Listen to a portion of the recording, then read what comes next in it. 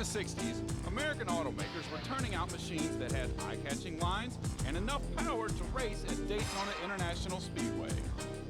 That's right, we're talking about American muscle cars. They defined a generation, like this red beauty.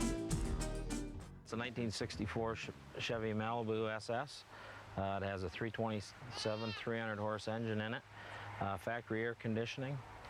Some of the options are AM radio, rear deck mounted antenna, power steering, power brakes. This car actually come from Texas, and I purchased it here through another fellow because he didn't have the money to restore it, so I turned around and started doing it on my own.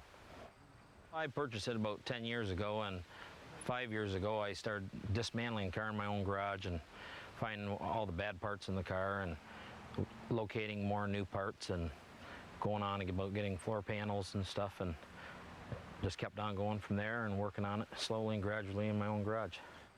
Most challenging part was rebuilding the engine and the transmission myself. First time I ever done a transmission.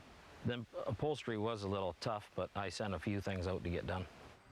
To give you an idea how much work went into this car, I spent hours on this chrome, like a matter of probably a couple, 3 months at the workbench, block sanding it out and taking all the imperfections out and then polishing it up to the high luster that it is.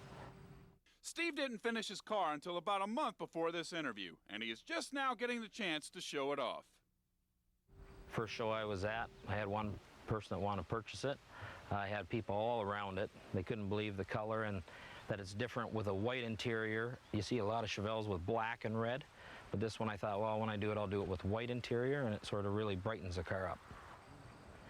Underneath the hood here, it has a 327 300-horse 4-barrel engine, factory power brakes, power steering, factory air conditioning, and a heavy-duty radiator also right here.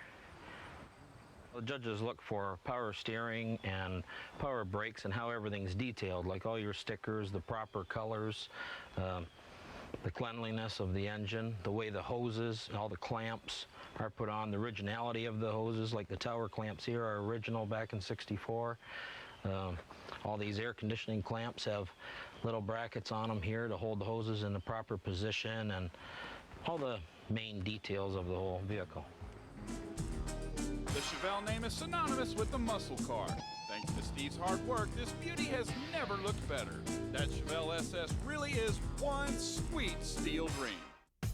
For more on the '64 Chevelle SS, go to steeldreamstv.com.